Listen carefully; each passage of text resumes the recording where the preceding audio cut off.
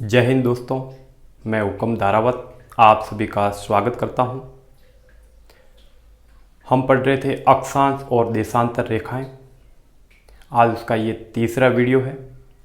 इसके अंदर आज हम समझेंगे अक्षांश रेखाओं के द्वारा जलवायु का निर्धारण कैसे किया गया। साथ ही हम समझेंगे आर्कटिक रेखा, ये जो जितनी भी मुख्य अक्षांश रेखाएं हैं इनका नामकरण कैसे हुआ।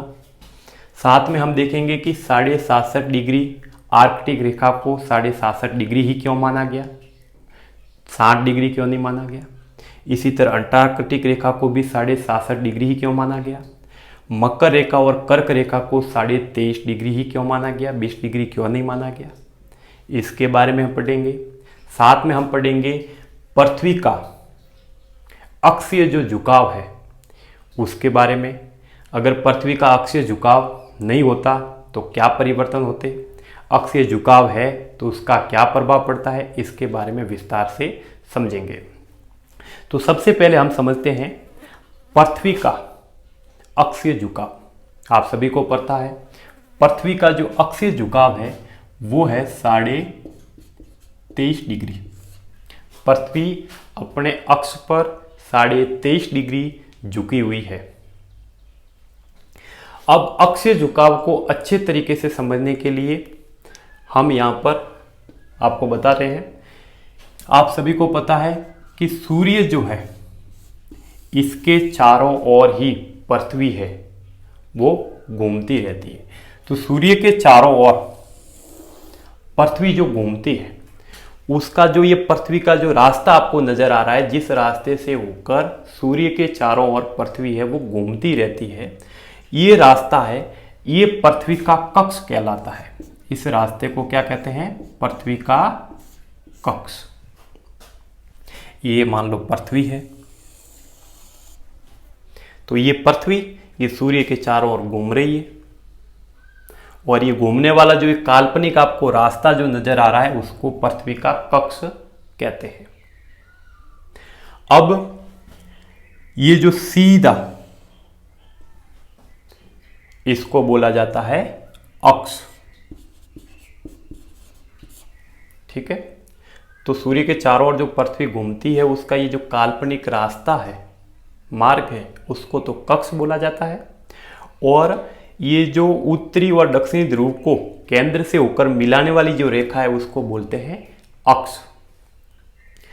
अब अक्ष और कक्ष, तो ये तो हो गया कक्ष और ये हो गया अक्ष। हमेशा कक्ष और अक्ष के बीच में जो कोण बनता है वो हमेशा 90 डिग्री का होना चाहिए। अक्ष और कक्ष के बीच में कोण कितने डिग्री का होना चाहिए, 90 डिग्री का होना चाहिए। उस कक्ष और अक्ष के बीच में जो कोण बनता है उस कोण को कहते हैं कक्षीय कोण। कक्षीय कोण, ये ध्यान रखना। अगर प्रश्न आ जाए कि कक्षीय कोण किसे कहते हैं, तो अक्ष और कक्ष के बीच में जो कोण बनता है ये अक्ष और ये कक्ष, इसके बीच में जो कोण बनता है उस कोण को कक्षीय कोण कहते हैं। और कक्षीय कोण हमेशा 90 डिग्री का होना चाहिए।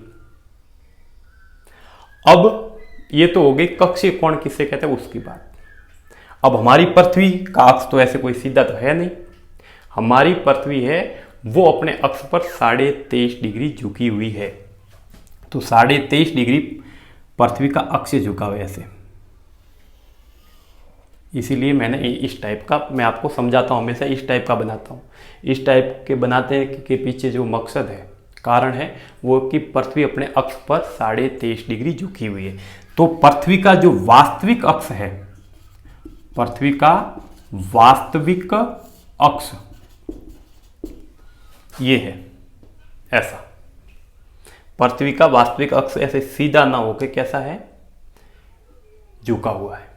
तो पृथ्वी का वास्तविक अक्ष ऐसा है। अब पृथ्वी है वो अपने अक्ष पर 23.5 डिग्री झुकी हुई है, तो ये इसके बीच में जो कोण बनता है ये वाला, ये है 23.5 डिग्री का। तो पृथ्वी का अक्षीय झुकाव कितना हो गया? 23.5 डिग्री। ठीक है, तो पृथ्वी है वो 23.5 डिग्री झुकी है। पृथ्वी का अक्ष ऐसा होना चाहिए था सीधा, वो ना होके झुका हुआ है। तो इसके बीच में जो कोण बन रहा है ये 23.5 डिग्री। तो इसका मतलब क्या है कि 23.5 डिग्री पृथ्वी है वो अपने अक्ष पर झुकी हुई है।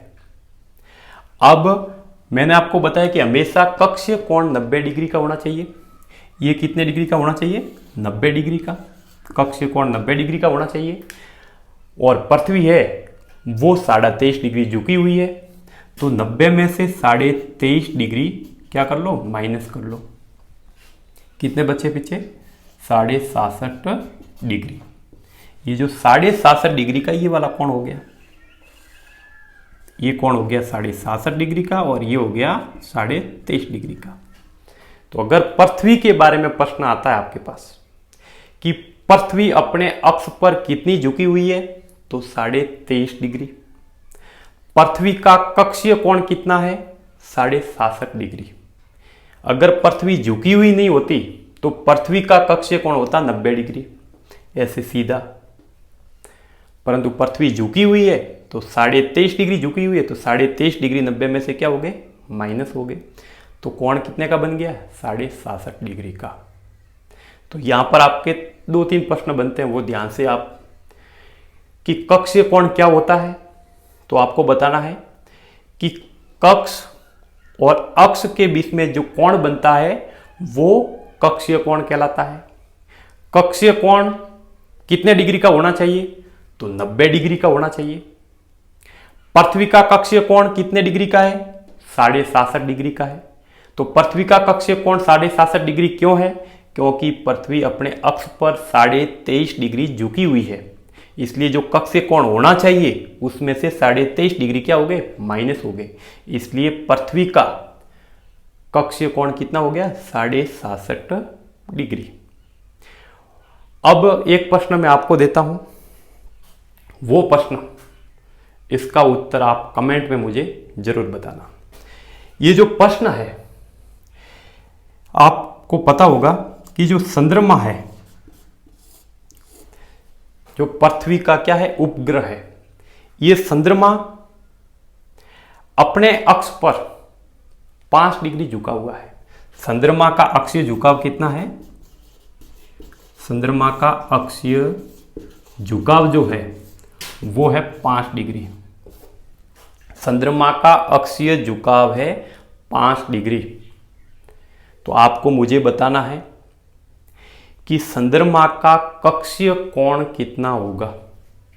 चंद्रमा का अक्षीय झुकाव है, चंद्रमा अपने अक्ष पर, जैसे पृथ्वी 23.5 डिग्री झुकी हुई है, ऐसे चंद्रमा अपने अक्ष पर 5 डिग्री झुका हुआ है। तो आपको मुझे क्या बताना है? चंद्रमा का कक्षीय कोण बताना है कि चंद्रमा का कक्षीय कोण कितना होगा। ये कमेंट करके आप जरूर बताना, ताकि पता चले कि आपको कितना समझ में आया है। तो ये अक्षीय झुकाव वाली बात हो गई।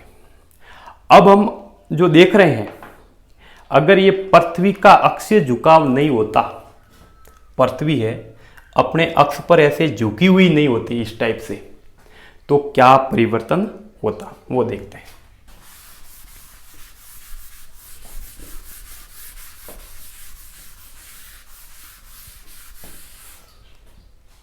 अगर मान लो पृथ्वी है वैसे सीधी होती, ठीक है, अक्ष पर झुकाव ऐसे सीधा। पृथ्वी अपने अक्ष पर झुकी हुई नहीं होती, ऐसे सीधी होती, तो पृथ्वी का ये हो गया अक्ष, ये पृथ्वी का क्या हो गया? अक्ष हो गया। ये हो गया सूर्य। अब सूर्य की जो किरणें हैं, अब पृथ्वी ये क्या, ये अगर मैं सीधा बना दूं, ये जो पृथ्वी, ये अक्षीय झुकाव है पृथ्वी का, अगर पृथ्वी का अक्षीय झुकाव नहीं होता तो मैं उसको सीधा बना देता। ये आगे 0 डिग्री भूमध्य रेखा, ये 23.5 डिग्री कर्क रेखा, और ये 23.5 डिग्री मकर रेखा। मकर रेखा, भूमध्य रेखा और कर्क रेखा, ये मैं ऐसा सेम का सेम, ये अक्षीय झुकाव वाला, ये बिना अक्षीय झुकाव वाला है। तो अगर पृथ्वी का अक्षीय झुकाव नहीं होता और इस टाइप से पृथ्वी होती तो सूर्य की जो किरणें हैं, सूर्य से जो किरणें आती वो क्या होती, भूमध्य रेखा पर सीधी पड़ती। तो सूर्य से आने वाली जो किरणें हैं वो भूमध्य रेखा पर सीधी पड़ती और धीरे धीरे धीरे करते करते ध्रुवों पर ये किरणें क्या हो जाती, तिरछी हो जाती। ऐसे अगर पृथ्वी का अक्षीय झुकाव नहीं होता तो सूर्य से आने वाली जो किरणें हैं वो भूमध्य रेखा पर, इस रेखा पर सीधी पड़ती और धीरे धीरे जैसे जैसे भूमध्य रेखा से ध्रुवों की ओर जाते, उत्तरी ध्रुव की ओर या दक्षिणी ध्रुव की ओर जाते, तो धीरे धीरे ये किरणें क्या होती रहती, तिरछी होती रहती। और लास्ट तिरछापन कहाँ तक होता, 90 डिग्री उत्तरी ध्रुव और 90 डिग्री दक्षिणी ध्रुव पर अंतिम तिरछापन होता। और अगर ऐसा होता तो पूरी पृथ्वी के ऊपर जो तापमान है, यहाँ का तापमान, यहाँ हमेशा गर्मी ही रहती, ऊपर वाले भाग में सर्दी ही रहती। तो कुल मिला के अगर ऐसी स्थिति होती, पृथ्वी का अक्षीय झुकाव नहीं होता तो ऋतु परिवर्तन नहीं होता। ये जितनी भी ऋतुएं हैं जो जलवायु में परिवर्तन होते हैं, कभी सर्दी आती है, गर्मी आती है, तो ये सर्दी गर्मी वाला जो मौसम है ये ऐसा नहीं होता है, ऋतुओं का परिवर्तन नहीं होता और हमेशा एक ही प्रकार की, पृथ्वी के एक स्थान पर एक ही प्रकार की जलवायु पूरे साल भर, यानी जब तक पृथ्वी है तब तक रहती। अब हमारे यहाँ ऋतुओं का परिवर्तन जो होता है वो पृथ्वी के अक्षीय झुकाव के कारण होता है। अगर पृथ्वी का अक्षीय झुकाव नहीं होता तो ऋतुओं के अंदर परिवर्तन नहीं होता, पृथ्वी पर एक जैसा ही तापमान जिस स्थान पर है वैसा का वैसा रहता। तो ये तो हो गया अक्षीय झुकाव। अक्षीय झुकाव नहीं होता तो क्या होता, और अक्षीय झुकाव है तो उसका क्या प्रभाव है। अक्षीय झुकाव है इसी वजह से आप गर्मी, ये गर्मी वाली ऋतु, सर्दी वाली ऋतु, इसको आप महसूस कर पा रहे हैं। अब आगे हम देखते हैं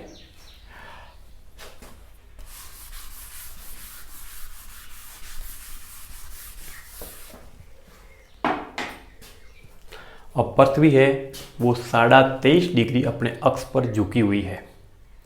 अब पृथ्वी है वो अपने अक्ष पर 23.5 डिग्री जो झुकी हुई है, तो सूर्य जो है, सूर्य से जो भी प्रकाश आएगा, सूर्य से जो भी किरणें आएगी,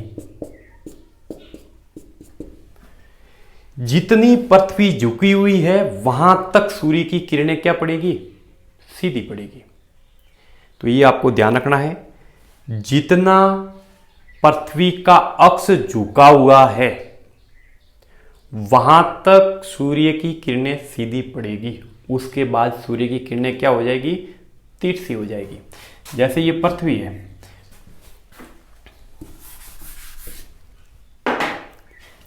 ये हो गया सूर्य और ये हो गई पृथ्वी। अब पृथ्वी है वो झुकी हुई है 23.5 डिग्री अपने अक्ष पर, ठीक है। पृथ्वी अपने अक्ष पर 23.5 डिग्री झुकी हुई है, तो ये हो गया 23.5 डिग्री, ये भी 23.5 डिग्री और ये 0 डिग्री भूमध्य रेखा। तो पृथ्वी जितनी अपने अक्ष पर झुकी हुई है उतने डिग्री तक ही सूर्य का जो ताप है या सूर्य की जो किरणें हैं वो सीधी पड़ेगी, यहां तक ही। और पृथ्वी का अक्षीय झुकाव 23.5 डिग्री है, तो 23.5 डिग्री उत्तर में और 23.5 डिग्री दक्षिण में सूर्य की किरणें वो सीधी पड़ेगी। उसके बाद में धीरे धीरे सूर्य की किरणें क्या हो जाएगी, तिरछी होती जाएगी ऐसे। अब ये तो हो गई। अब ये पृथ्वी घूम के इस साइड आएगी तो पृथ्वी चारों ओर घूमती रहती है। तो अभी जैसे इस आप इसके अंदर देख रहे हैं कि यहाँ पर ये जो कर्क रेखा है इसके ऊपर सूर्य की किरणें सीधी आ रही है, फिर ये पृथ्वी घूम के इस साइड आएगी तो इस मकर रेखा पर सूर्य की किरणें सीधी पड़ेगी। तो कहने का मतलब यही है कि जहाँ तक पृथ्वी का झुकाव है अक्ष पर, वहीं तक सूर्य की किरणें सीधी पड़ेगी। और पृथ्वी का झुकाव है 23.5 डिग्री, अक्ष से झुकाव, तो 23.5 डिग्री कर्क और मकर रेखा तक ही सूर्य की किरणें सीधी पड़ेगी। उसके आगे सूर्य की किरणें धीरे धीरे तिरछी। पृथ्वी का अक्षीय झुकाव समझने के बाद अब हम समझेंगे अक्षांश रेखाओं द्वारा जलवायु का निर्धारण कैसे किया गया है। अक्षांश रेखाओं के द्वारा जलवायु का निर्धारण समझने से पहले आपको ये 3 लाइनें हमेशा याद रखनी है। अकेली अक्षांश रेखाएं जो होती है वो जलवायु का निर्धारण करती है। पृथ्वी पर जितनी भी अलग अलग प्रकार की जलवायु है उसको बताने के लिए अक्षांश रेखाओं का सहारा लिया जाता है। उसी तरह देशांतर रेखाएं जो होती है वो हमें समय और तिथि, टाइम और डेट बताती है। तो समय और तिथि का निर्धारण करने में देशांतर रेखाओं का उपयोग लिया जाता है। अक्षांश रेखाएं और देशांतर रेखाएं दोनों मिलके हमें किसी जगह की क्या बताती है, स्थिति बताती है। अक्षांश रेखाएं और देशांतर रेखाएं मिलके हमें किसी जगह की स्थिति बताती है। अब हम कुछ मुख्य, अब हमारा जो टॉपिक है कि अक्षांश रेखाएं हैं, इनके द्वारा जलवायु का निर्धारण कैसे किया गया है। तो ये यहाँ पर आपको जो अक्षांश रेखाएं दिख रही है, इन्हीं अक्षांश रेखाओं द्वारा जलवायु का निर्धारण किया गया है। तो ये कुछ मुख्य अक्षांश है। यहाँ से 90 डिग्री उत्तरी ध्रुव, आर्कटिक रेखा, कर्क रेखा, भूमध्य रेखा, मकर रेखा, अंटार्कटिक रेखा और दक्षिणी ध्रुव, इनके द्वारा, ये कुछ मुख्य अक्षांश है, इन्हीं के द्वारा पूरी पृथ्वी की जलवायु का निर्धारण किया गया है। तो हम सबसे पहले जलवायु का निर्धारण करने से पहले ये जो मुख्य अक्षांश है इनका नामकरण कैसे हुआ वो समझेंगे। उसके बाद हम देखेंगे कि इनको 67.5 डिग्री ही क्यों रखा गया, 23.5 डिग्री ही क्यों रखा गया, 0 डिग्री ही इसको क्यों रखा गया, इसको 90 डिग्री ही क्यों रखा गया, इसको समझेंगे। तो यहाँ पर आप ध्यान देना कि उत्तरी ध्रुव और दक्षिणी ध्रुव जो नाम है वो दिए गए दिशाओं के आधार पर। आपको पता है दिशा है, ऊपर वाली जो दिशा होती है उसको उत्तर बोलते हैं, नीचे वाले उसको दक्षिण दिशा बोलते हैं, इस साइड वाली पूर्व दिशा और इस साइड वाली पश्चिम दिशा। तो पृथ्वी के उत्तर में होने के कारण 90 डिग्री अक्षांश को उत्तरी ध्रुव कहते हैं। पृथ्वी के दक्षिण में होने के कारण 90 डिग्री अक्षांश को दक्षिणी ध्रुव कहते हैं। अब यहां पर आपको एक बीचों बीच लाइन जो नजर आ रही है, 0 डिग्री अक्षांश रेखा यानी भूमध्य रेखा। ये भूमध्य रेखा, इसका नाम भूमध्य रेखा क्यों पड़ा? क्योंकि ये भू का मतलब होता है पृथ्वी या भूमि, मध्य का मतलब होता है बीचों बीच। तो पृथ्वी के बीचों बीच से निकलने के कारण इस रेखा को भूमध्य रेखा कहते हैं और ये पृथ्वी को 2 बराबर भागों में बांटती है। भूमध्य रेखा के उत्तर वाला जो भाग है उसको बोलते हैं उत्तरी गोलार्ध। भूमध्य रेखा के दक्षिण वाला जो भाग है उसको बोलते हैं दक्षिणी गोलार्ध। तो भूमध्य रेखा के उत्तर में जो अक्षांश है उन अक्षांशों को कहा जाता है उत्तरी अक्षांश, और भूमध्य रेखा के दक्षिण में जो अक्षांश है उसको कहा जाता है दक्षिणी अक्षांश। तो अगर प्रश्न आता है कि गोलार्ध कितने हैं, अक्षांश रेखाओं के अनुसार पृथ्वी के कितने गोलार्ध है, अगर देशांतर रेखाएं भी साथ में आती है तो पृथ्वी के 4 गोलार्ध है। सिर्फ ये प्रश्न आ जाए कि अक्षांश रेखाओं के अनुसार पृथ्वी के कितने गोलार्ध है, तो 2 गोलार्ध है। 4 गोलार्ध कैसे हैं तो वो मैं आगे देशांतर रेखाओं में आपको समझाऊंगा। तो अक्षांश रेखाओं के अनुसार पृथ्वी के 2 गोलार्ध हैं, उत्तरी गोलार्ध और दक्षिणी गोलार्ध। तो भूमध्य रेखा है वो अक्षांशों को भी 2 भागों में बांटती है। उत्तर दिशा के, भूमध्य रेखा के उत्तर दिशा के अक्षांश उत्तरी अक्षांश कहलाते हैं और भूमध्य रेखा के दक्षिणी दिशा वाले अक्षांश दक्षिणी अक्षांश कहलाते हैं। तो अक्षांश भी 2 प्रकार के हैं, उत्तरी अक्षांश और दक्षिणी अक्षांश। अब इनका नामकरण कैसे हुआ वो देखते हैं। भूमध्य रेखा का नामकरण कैसे हुआ वो मैंने आपको बताया। मकर रेखा और कर्क रेखा का नामकरण, इसका कोई लॉजिक नहीं है कि इसका कर्क रेखा नाम क्यों रखा गया, इसका मकर रेखा नाम क्यों रखा गया, तो इसका कोई लॉजिक नहीं है, ये नाम आपको याद ऐसे ही करने हैं। 66.5 डिग्री उत्तरी अक्षांश को आर्कटिक रेखा क्यों कहा जाता है, क्योंकि ये आर्कटिक महासागर से होकर गुजरती है, इसलिए उसको आर्कटिक रेखा कहा गया है। 67.5 डिग्री दक्षिणी अक्षांश को अंटार्कटिक रेखा क्यों कहा जाता है, क्योंकि ये अंटार्कटिक महासागर से होकर गुजरती है, इसलिए उसको अंटार्कटिक रेखा कहा जाता है। वर्तमान में अंटार्कटिक महासागर नहीं है, क्योंकि अंटार्कटिक को महासागर का दर्जा पहले प्राप्त था, अभी वर्तमान में उसको महासागर का दर्जा प्राप्त नहीं है। तो ये सब नाम हो गए।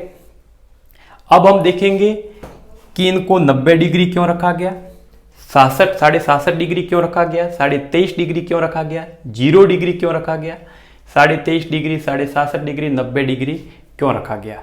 इसकी जगह और भी रख सकते थे, 20 डिग्री रख सकते थे, 30 डिग्री रख सकते थे, 50 डिग्री रख सकते थे, पर उनको ना रख के इनको क्यों रखा गया उसको देखेंगे। तो हमारी जो आकाश गंगा है, आकाश गंगा के अंदर एक तारा है, उस तारे का नाम है ध्रुव तारा। हमारी आकाश गंगा के अंदर एक तारा है, उसका नाम है ध्रुव तारा। और ये जो ध्रुव तारा है ये पृथ्वी के उत्तर दिशा में है, पृथ्वी के उत्तर दिशा में है, और पृथ्वी के जिस भाग से या पृथ्वी के जिस भाग में ध्रुव तारा 0 डिग्री का कोण बनाता है, ध्रुव तारा पृथ्वी के जिस भाग या जिस स्थान पर 0 डिग्री का कोण बनाता है उसको नाम दे दिया गया 0 डिग्री अक्षांश रेखा, जिसको हम कहते हैं भूमध्य रेखा। तो इसको 0 डिग्री अक्षांश रेखा नाम क्यों दे दिया ये मैंने आपको बताया। यही ध्रुव तारा पृथ्वी के जिस भाग पर 90 डिग्री का यानी समकोण बनाता है उसको नाम दे दिया हमने 90 डिग्री उत्तरी अक्षांश। तो ये दो 0 डिग्री अक्षांश रेखा और 90 डिग्री अक्षांश है, इनका निर्धारण ध्रुव तारे की सहायता से किया गया है। अब 90 डिग्री जो दक्षिणी अक्षांश है इसका जो निर्धारण करने वाला जो तारा है उस तारे का नाम है सदर्न क्रॉस तारा। सदर्न क्रॉस तारा पृथ्वी के जिस भाग पर समकोण बनाता है, सदर्न क्रॉस तारा पृथ्वी के जिस भाग पर समकोण बनाता है उसको हमने नाम दे दिया 90 डिग्री दक्षिणी अक्षांश। तो ये तो 90 डिग्री दक्षिणी अक्षांश यानी दक्षिणी ध्रुव, 90 डिग्री उत्तरी ध्रुव और 0 डिग्री यानी भूमध्य रेखा, इनका डिग्रियों का पता चल गया कि 0 डिग्री क्यों रखा, 90 डिग्री क्यों रखा, 90 डिग्री उत्तरी ध्रुव क्यों रखा। अब हम देखेंगे कि 23.5 डिग्री उत्तरी अक्षांश जिसको कर्क रेखा कहते हैं और 23.5 डिग्री दक्षिणी अक्षांश जिसको मकर रेखा कहते हैं, इनको 23.5 डिग्री ही क्यों रखा गया। कर्क रेखा और मकर रेखा को 23.5 डिग्री अक्षांश रेखा ही क्यों रखा गया, 20 डिग्री अक्षांश रेखा क्यों नहीं रखा गया, इसको हम समझेंगे। तो यहां पर 23.5 डिग्री कर्क रेखा और मकर रेखा को 23.5 डिग्री उत्तरी और दक्षिणी अक्षांश रखने के पीछे जो लॉजिक है वो है सूर्य। सूर्य का प्रकाश जहां तक सीधा पड़ता है और सूर्य का प्रकाश है, आप सबको पता है कि पृथ्वी जो है वो सूर्य के चारों ओर घूमती है। तो पृथ्वी जब घूम के सूर्य के चारों ओर यहां पर आती है तो यहां पर देखो सूर्य का जो प्रकाश है वो लास्ट सीधा कहां पर पड़ता है, इस मकर रेखा पर। ये जो रेखा दिख रही है आपको, ये कौन सी रेखा है, मकर रेखा तक सीधा पड़ता है। तो पृथ्वी जब सूर्य के चारों ओर घूम के यहां पर आती है, तब सूर्य का प्रकाश है वो मकर रेखा पर सीधा पड़ता है। ये सेम का सेम मैंने यहां पर बना दिया है, और ये सेम का सेम यहां पर बना दिया है। ठीक है, तो पृथ्वी जब सूर्य के चारों ओर घूम के यहां पर आती है, तब सूर्य का जो प्रकाश है वो सीधा पड़ता है मकर रेखा पर, 23.5 डिग्री दक्षिणी अक्षांश यानी मकर रेखा पर सीधा पड़ता है। इसलिए इसको 23.5 डिग्री दक्षिणी अक्षांश को मकर रेखा मान लिया। अगर 23.5 की जगह 30 डिग्री पर सीधा पड़ता तो 30 डिग्री को मानते। अब सूर्य का प्रकाश 23.5 डिग्री पर ही सीधा पड़ रहा है, तो इसको 23.5 डिग्री माना गया। अब पृथ्वी घूम के जब यहां पर आती है, तब यहां पर सूर्य का प्रकाश जो सीधा पड़ता है वो पड़ता है 23.5 डिग्री मकर रेखा, 23.5 डिग्री कर्क रेखा पर। जो पृथ्वी घूम के जब यहां पर आती है तो सूर्य का प्रकाश है वो सीधा पड़ता है 23.5 डिग्री उत्तरी अक्षांश यानी कर्क रेखा पर। इसलिए इसको 23.5 डिग्री को कर्क रेखा माना गया। इसलिए यहां पर इसको 23.5 माना गया, और यहां पर इसलिए इसको 23.5 माना गया है। तो ये तो हो गई इन दोनों की बात। अब हम बात कर लेते हैं 66.5 डिग्री दक्षिणी अक्षांश और 66.5 डिग्री उत्तरी अक्षांश की। तो इनका भी निर्धारण, इनका भी यही प्रश्न बनेगा कि इसको 66.5 डिग्री ही क्यों माना गया, 70 डिग्री 80 डिग्री क्यों नहीं माना गया। तो यहां पर भी सेम लॉजिक है। जैसे कर्क रेखा और मकर रेखा को 23.5 डिग्री इसलिए माना गया क्योंकि यहां पर सूर्य का प्रकाश सीधा पड़ता है। इसी तरह जब सूर्य का प्रकाश भूमध्य रेखा पर, जब सूर्य का प्रकाश भूमध्य रेखा पर, यह भूमध्य रेखा है 0 डिग्री, जब सूर्य का प्रकाश भूमध्य रेखा पर सीधा पड़ता है तो सबसे तिरछा प्रकाश कहां पर पड़ता है, उस समय सबसे जो तिरछा प्रकाश है वो पड़ता है 66.5 डिग्री उत्तरी अक्षांश और 66.5 डिग्री दक्षिणी अक्षांश।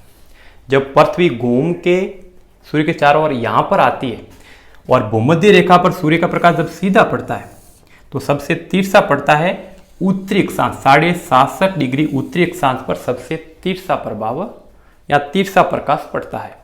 इसलिए 66.5 डिग्री यहां पर इसको माना गया उत्तर में।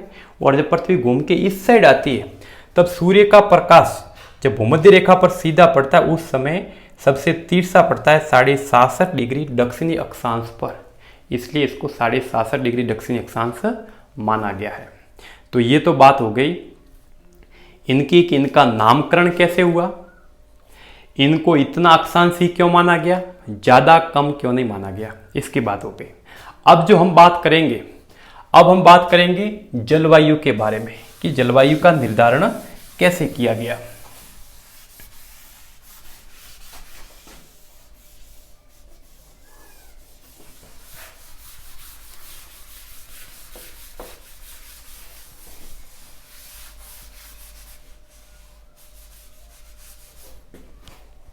अब देखो जलवायु का निर्धारण कैसे किया गया। तो आपको बात एक ध्यान रखनी है, अगर प्रश्न आता है कि कटिबंध कितने हैं, कटिबंध, तो कटिबंध 4 है।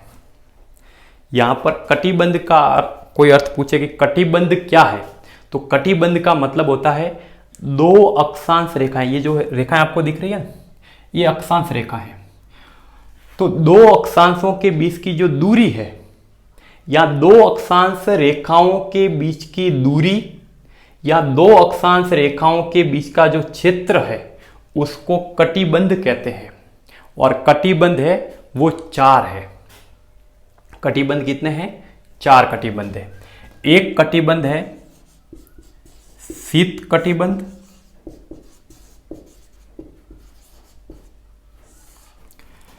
दूसरा है उष्ण कटिबंध,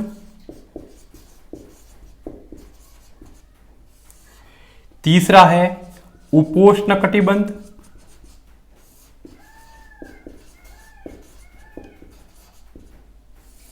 और चौथा है शीतोष्ण कटिबंध।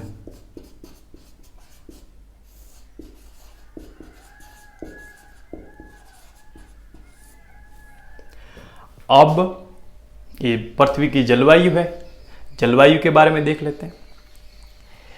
ये वाला जो आपको भाग नजर आ रहा है 67.5 डिग्री दक्षिणी अक्षांश से लगा के 90 डिग्री दक्षिणी ध्रुव तक, इसको शीत कटिबंध कहते हैं। शीत कटिबंध। वहीं 67.5 डिग्री उत्तरी अक्षांश से लगाकर 90 डिग्री उत्तरी ध्रुव के बीच वाला भाग भी शीत कटिबंध कहलाता है। शीत कटिबंध। अब इसको शीत कटिबंध क्यों कहते हैं? अभी हमने देखा कि सूर्य का जो प्रकाश है वो सबसे ज्यादा तिरछा ध्रुवों पर पड़ता है, और उससे पहले जो तिरछा पड़ता है 67.5 डिग्री पर, 67.5 डिग्री उत्तरी अक्षांश और 67.5 डिग्री दक्षिणी अक्षांश। उसके बाद में सूर्य का प्रकाश इतना तिरछा यहाँ पर पड़ता है कि बहुत ना के बराबर, इसलिए यहाँ पर ठंड बहुत है, यहाँ ठंडा बहुत क्षेत्र है। सूर्य का प्रकाश ना मिलने के कारण ये क्षेत्र बहुत ही ठंडा है, और ठंडे को कहते हैं शीत, इसलिए उसको कहते हैं शीत कटिबंध। कटिबंध का अर्थ मैंने आपको बता दिया, दो अक्षांशों के बीच का क्षेत्र। तो ये हो गया शीत कटिबंध, और ये भी शीत कटिबंध। यहाँ पर सूर्य का जो प्रकाश है वो ना के बराबर रहता है। अब जो दूसरा है उष्ण कटिबंध, तो कर्क रेखा और मकर रेखा के जो बीच वाला जो भाग है वो उष्ण कटिबंध में आता है। उष्ण कटिबंध। कर्क रेखा और मकर रेखा के बीच वाला जो भाग है वो उष्ण कटिबंध में आता है। इसको उष्ण कटिबंध में इसलिए आता है क्योंकि सूर्य का प्रकाश कर्क रेखा और मकर रेखा पर सीधा पड़ता है, और सूर्य का प्रकाश सीधा पड़ने के कारण गर्मी ज़्यादा होती है, और गर्म क्षेत्र को उष्ण कहते हैं, इसलिए ये उष्ण कटिबंध है। तो ये दो कटिबंध हो गए। अब रहे दो और कटिबंध, उपोष्ण कटिबंध और शीतोष्ण कटिबंध। ये जो आपको क्षेत्र नजर आ रहा है 23.5 डिग्री यानी कर्क रेखा और आर्कटिक रेखा के बीच वाला भाग, और मकर रेखा और अंटार्कटिक रेखा के बीच वाला जो भाग है, ये दो कटिबंधों में बांटा गया है। ये दो कटिबंधों में जो बांटने वाली जो अक्षांश रेखा है, उस अक्षांश रेखा का नाम है 45 डिग्री।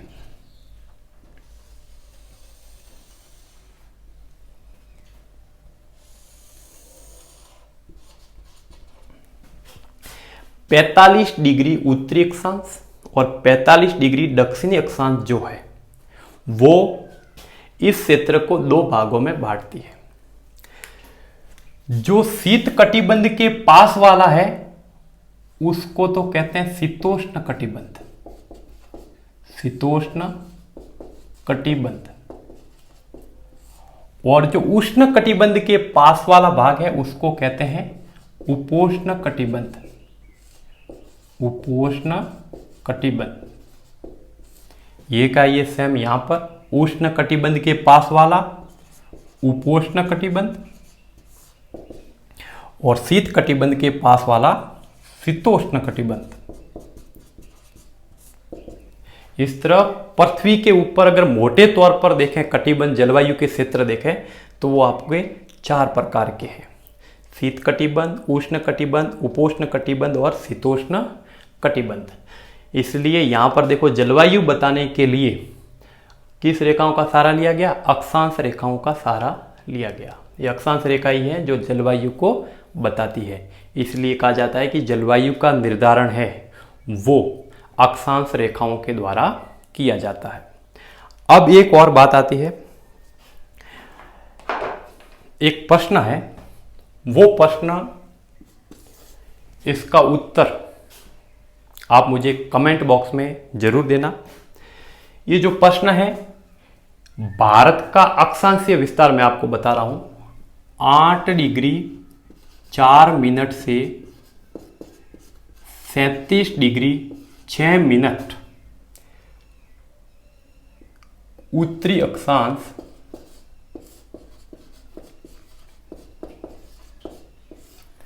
ये प्रश्न है, इसका उत्तर आप कमेंट बॉक्स में देना है। 8 डिग्री 4 मिनट से 37 डिग्री 6 मिनट उत्तरी अक्षांश कौन से कटिबंध में आता है? इसमें से कौन से कटिबंध में आता है या कौन से कटिबंधों में आता है? 2 कटिबंध भी हो सकते हैं, तो कौन से कटिबंध में आता है या कौन से कटिबंधों में आता है, इसका उत्तर आप कमेंट बॉक्स में जरूर देना, ताकि मुझे पता चले कि आपको कितना समझ में आया है। और आपको ये जो वीडियो है बहुत ही अच्छा लगा हो तो हमारे वीडियो को लाइक कीजिए, अपने दोस्तों के साथ में शेयर कीजिए और चैनल को सब्सक्राइब कीजिए और बेल आइकन को ज़रूर दबाइए, ताकि आपको ऐसे ही वीडियो मिलते रहें। और कोई भी अगर आपका कोई सुझाव है तो वो भी आप कमेंट बॉक्स के माध्यम से हमें दे सकते हैं, ताकि हम पढ़ाने के अंदर या कोई समझ में नहीं आता तो उसमें और भी इम्प्रूव करें और भी सरल तरीके से समझाने की कोशिश करें। बहुत बहुत धन्यवाद।